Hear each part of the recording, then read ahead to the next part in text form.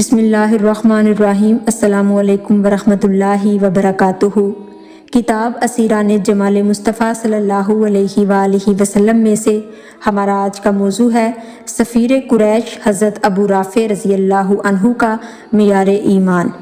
کتب حدیث و سیر میں درج ہے کہ قبل از اسلام کفار و مشرکین نے حضرت ابو رافع رضی اللہ عنہ کو اپنا سفیر بنا کر بارگاہ مصطفی صلی اللہ علیہ وآلہ وسلم میں بھیجا۔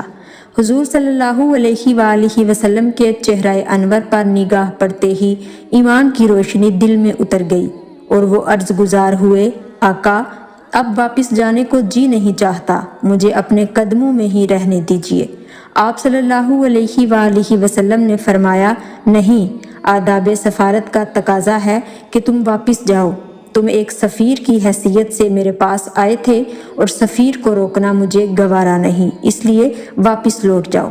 چنانچہ تاجدار کائنات صلی اللہ علیہ وآلہ وسلم کے فرمان کی تعمیل میں حضرت ابو رافع رضی اللہ عنہ واپس لوٹ گئے، لیکن زیادہ عرصہ نہیں گزرا تھا کہ واپس آ کر حضور نبی اکرم صلی اللہ علیہ وآلہ وسلم کے دامن عاطفت میں پناہ لے لی۔ وہ فرماتے ہیں، مجھے قریش نے بارگاہ رسالت مآب صلی اللہ علیہ وآلہ وسلم میں بھیجا۔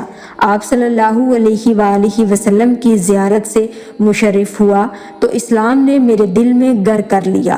حضور صلی اللہ علیہ وآلہ وسلم کی بارگاہ میں عرض گزاری، یا رسول اللہ صلی اللہ علیہ وسلم، اب لوٹ کر کفار کی طرف نہیں جاؤں گا بلکہ ساری زندگی آپ کے قرب میں گزار دوں گا۔ آپ صلی اللہ علیہ وآلہ وسلم نے فرمایا، میں عہد کی خلاف ورزی نہیں کر سکتا اور نہ سفیر کو اپنے پاس روک کے رکھنا میرے طریق میں سے ہے، اس وقت واپس لوٹ جاؤ۔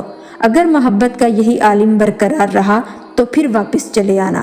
حضرت ابو رافع رضی اللہ عنہ اپنی داستان وفا بیان کرتے ہوئے کہتے ہیں کہ حکم رسول صلی اللہ علیہ وآلہ وسلم کے مطابق اس وقت میں واپس لوٹ آیا، لیکن کفار و مشرکین میں میرا جی نہ لگتا تھا۔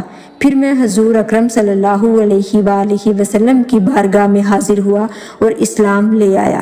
آج کی ویڈیو میں اتنا ہی، دوبارہ ملتے ہیں ایک نئے موضوع کے ساتھ۔ تب تک کے لیے ہمارے یوٹیوب چینل کو سبسکرائب کریے اور بیل آئیکن کو دبا دیجیے تاکہ ہماری ہر نئی آنے والی ویڈیو آپ تک پہنچ سکے۔ جزاک اللہ خیرا کثیرا۔